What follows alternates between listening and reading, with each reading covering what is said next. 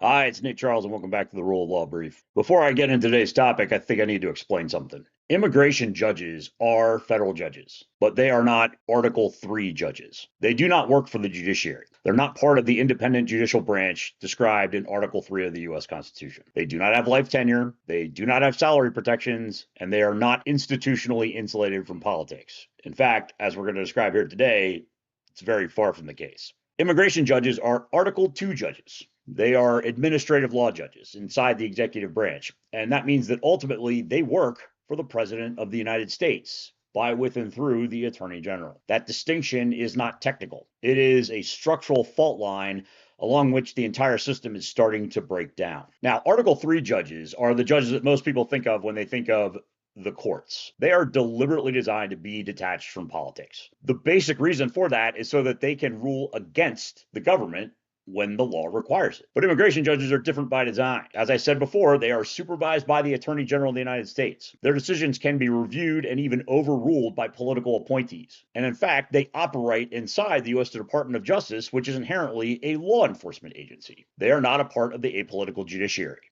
And yet, and this is the critical point, they are still judges. Despite being part of the executive branch, immigration judges are still bound by the Fifth Amendment, and in particular, the Due Process Clause of the Fifth Amendment. The Supreme Court has said this repeatedly, and so have some of the lower federal courts of appeal. Removal proceedings are civil in nature, they are administrative, but they are still governed by due process of law as outlined in the Fifth Amendment. That means that every immigrant is entitled to a fair hearing, a meaningful opportunity to present evidence, and most importantly for this discussion, a neutral decision maker. Being an executive judge does not excuse that most basic constitutional obligation. And that's where this system is starting to tear itself apart due to a basic, fundamental, and structural contradiction. Congress built the immigration court system based on an assumption that presidents would respect due process norms even when they disliked the outcomes. In particular, they made the assumption that the President of the United States would not pressure immigration judges to rule in a particular way, that they would allow those judges to interpret the law neutrally and apply the facts to the existing law. That assumption substituted norms for structural safeguards. It was never enforced by statute, it was never guaranteed by the U.S. Constitution, and it relied entirely on presidential restraint. Under Donald Trump, that assumption has collapsed, and the entire system has started to produce distorted results. Again, the most fundamental principle of due process is this: the judge cannot have skin in the game. Judges must be neutral between parties. They cannot benefit from one outcome. They should never be in a position where they will be pressured, rewarded, or punished based on how they rule. If a judge has something to fear or something to gain from a particular result, that neutrality is gone.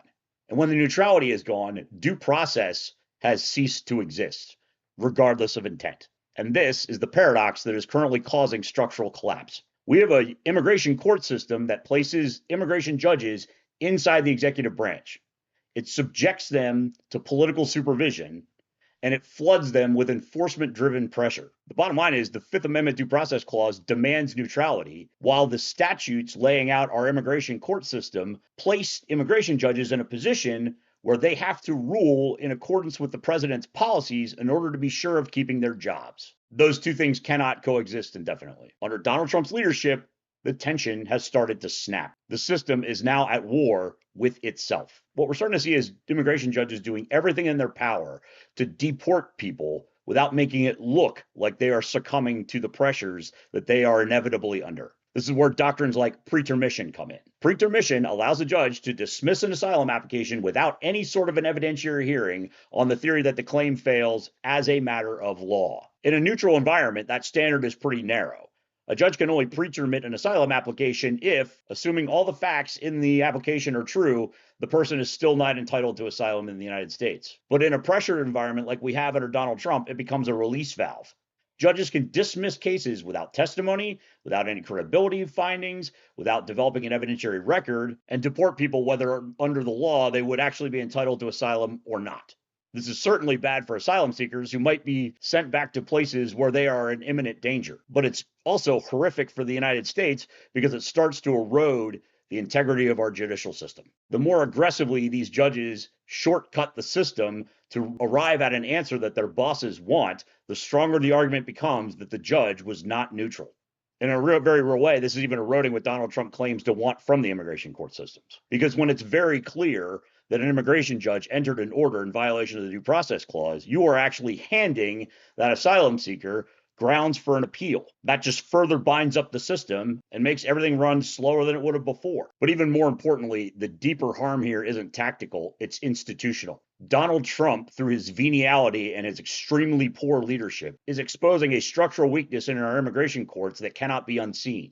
Our immigration courts only function when the presidents voluntarily restrain themselves, and he clearly has not. That means that the system was never structurally sound because it relied on flawed individuals to do the right thing. I don't know if we'll ever fully recover from the revelation that we are living through right now. Once neutrality depends on executive goodwill we are clearly not going to get from Donald Trump, then the rule of law becomes conditional. And it's hard to avoid speculating that that might have been his goal all along. Donald Trump isn't just exploiting the immigration courts, he is exposing a paradox at their core. And now that that paradox is visible, I'm afraid the consequences might be permanent.